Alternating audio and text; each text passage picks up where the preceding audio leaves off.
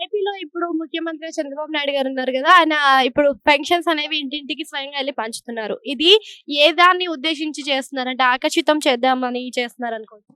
ఇంటింటికి ఆయనెళ్ళి పంచుతున్నారా? ఏమో ఒకళ్ళిద్దరికి అది కొత్తగా ప్రవేశపెట్టినప్పుడు ఒకళ్ళిద్దరికి ఇవ్వడం సామాన్యమైన విషయం. జస్ట్ పబ్లిసిటీ కోసం అంటే మేము గూడా చేస్తాం, ఇట్లా చేసామని పబ్లిసిటీ కోసం అది ఎవరైనా చేస్తారు. ఈయననే కాదు ఏ రాజకీయ నాయకుడైనా చేస్తాడు. ప్రతి ఇంటికైతే ఎళ్లి పంచట్లేదు కదా! ఏదో నామమాత్రంగా 1, 2 ఇళ్ళకి పంచితే పంచుండొచ్చు.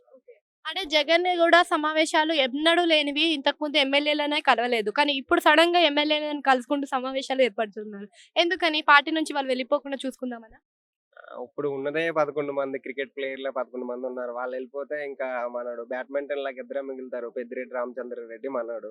సో, ఏదైతే ఉందో ఉన్న వాళ్ళనైనా కోల్పోకూడదనేది ఆయన ఒపీనియన్ గాబట్టి, అలా పెట్టుండొచ్చు. నెక్స్ట్ ఏంటంటే నెక్స్ట్ ఎలక్షన్స్‌కి ఆయన మరో కేఏ పాల్ అవుతాడనేది నా నమ్మకం. జనసేన, బీజేపీ ఒకటి, టీడీపీ ఒకటిగా పోటీ చేసి ఆ రెండే ప్రధాన పార్టీలుగా ఉంటాయి. జగన్ అనేది కనుమరుగైపోతాడు. ఆయనకంత విషయ పరిజ్ఞానం ముందు గూడా లేదు. రాజ్యాంగం మీద పరిజ్ఞానం ఉండాలి.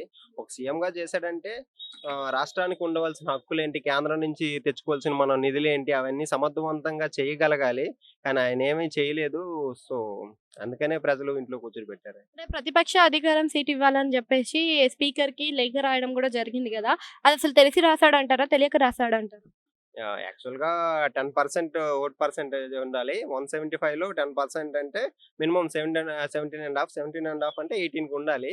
అప్పుడు ప్రతిపక్ష హోదా వస్తుంది. బట్ ఏపీ ప్రజలు చేసింది కూడా నేను కరెక్ట్ అనుకోవట్లేదు. ఎందుకంటే బలమైన ప్రతిపక్షం ఉంటేనే అధికార పక్షం అనేది సమర్థవంతంగా పనిచేస్తుంది. సో, బలమైన ప్రతిపక్షం లేకపోవడం కూడా ఒక తీరని లోటే. ఆయన మరి తెలిసి రాసాడా? తెలియక రాసాడంటే మరి ఎవరి సలహానో నాకు తెలీదు. బట్ ప్రధాన ప్రతిపక్షం అయితే లేనట్టే.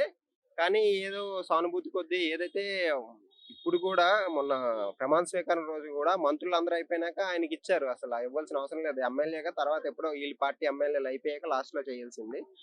సో, ఆ విధంగా గౌరవప్రదంగా ఇస్తే మంచిదే.